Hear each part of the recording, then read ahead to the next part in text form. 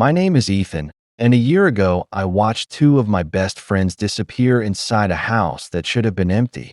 The police closed the case after 3 months. They called it a tragic accident. I know they're wrong, because I was there, and because sometimes, late at night, I still hear the same scream that led us to that house. It happened on a cold October night. My friends Jake, Marcus, and I had spent the evening at a small gathering outside town. By the time we started driving home, it was after midnight. The roads were almost empty, and a light fog hung over the fields surrounding the highway. Marcus was driving. Jake sat in the passenger seat. I was in the back scrolling through my phone while music played quietly through the speakers. Everything felt normal until we heard the scream. At first, I thought it came from the radio. It sounded like a woman. Not a loud horror movie scream. A real scream. Desperate. Terrified. The kind of scream that makes your stomach tighten before your brain has time to process it. Marcus immediately lowered the volume. The car became silent. For several seconds, none of us spoke. Then we heard it again. The sound drifted through the darkness from somewhere outside. Jake turned toward the passenger window and said, "What the hell was that?" Nobody answered. Marcus slowed the car. A narrow dirt road branched away from the highway ahead. At the end of that road stood a large two-story house. One upstairs window glowed faintly. The rest of the building sat in darkness. The scream came again. This time there was no doubt. It came from that house. We pulled onto the dirt road. Looking back now, I wish we had called the police and waited.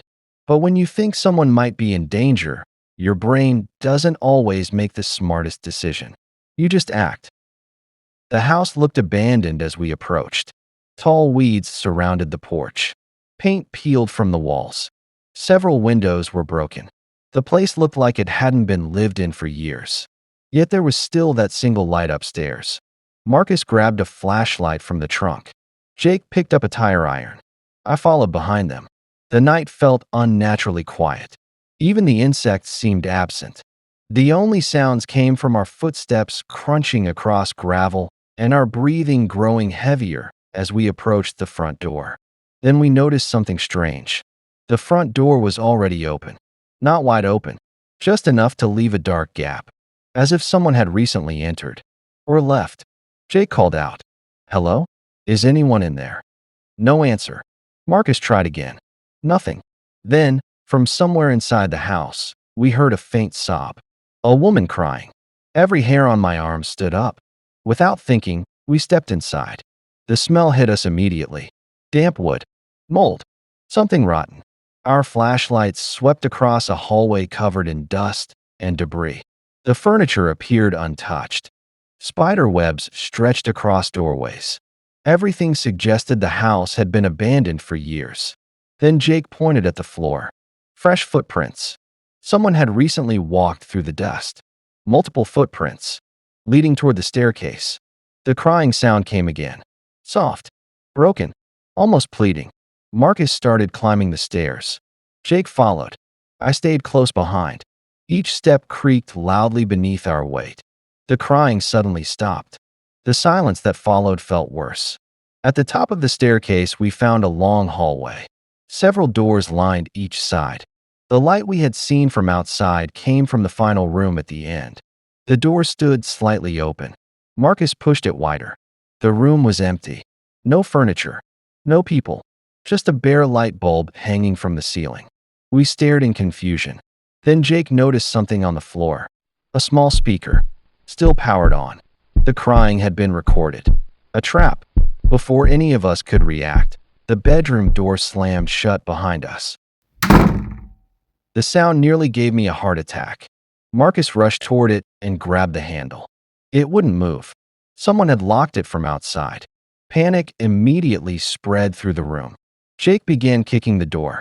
Marcus shouted for help. I searched desperately for another exit. Then we heard slow footsteps in the hallway. Whoever was outside wasn't nervous. Whoever was outside knew exactly what they were doing. The footsteps stopped outside the door.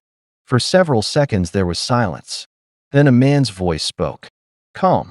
Almost friendly. "I only need two." The words sent a chill through my entire body. Jake screamed at him. Marcus demanded to know who he was. The man ignored both questions. Instead, he said something that still haunts me. "I've been waiting all week." Then the footsteps moved away. The sound disappeared downstairs. We were trapped, and we had no idea why. Marcus eventually smashed a section of the wall beside the window. The opening wasn't large, but it was enough. Jake volunteered to go first. He squeezed halfway through. Then he suddenly froze. His face changed completely. I've never seen fear like that. Not before. Not since. He tried pulling himself back inside. Something outside grabbed him. Jake screamed. Not a shout. A genuine scream of terror. Marcus grabbed his arms. I grabbed Marcus. For a moment, we managed to hold him. Then whatever was outside pulled harder. Jake disappeared through the opening. Just like that. Gone. His scream continued for several seconds outside before suddenly stopping. The silence afterward felt impossible. Marcus stared at the opening. Shock froze him completely. Then we heard footsteps returning upstairs, coming toward our room.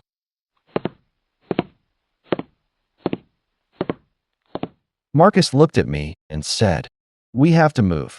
We escaped through another section of wall leading into an adjacent room. Then we ran. Every instinct screamed at us to get out.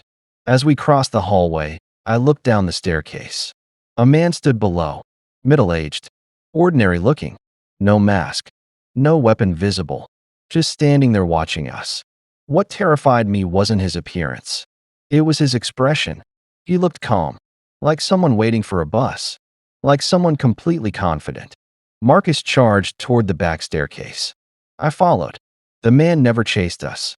He simply walked, always behind us, always at the same pace, almost enjoying it. We reached the kitchen. The back door stood ahead. Freedom. Marcus reached it first. Then something happened. The floor beneath him collapsed. The entire section gave way. Marcus disappeared instantly. His scream echoed from below. Then came a sickening impact. I rushed forward. The basement beneath was filled with sharpened metal rods. Marcus wasn't moving. Blood spread across the concrete. I wanted to help him. I truly did. But when I looked up, the man was standing in the doorway watching me. Still calm. Still silent. I ran. I hate myself for it. But I ran. I escaped through the back door and sprinted into the darkness until I reached the road. Police arrived 20 minutes later. They searched the property. The house was empty. No recordings. No traps. No basement spikes. Nothing.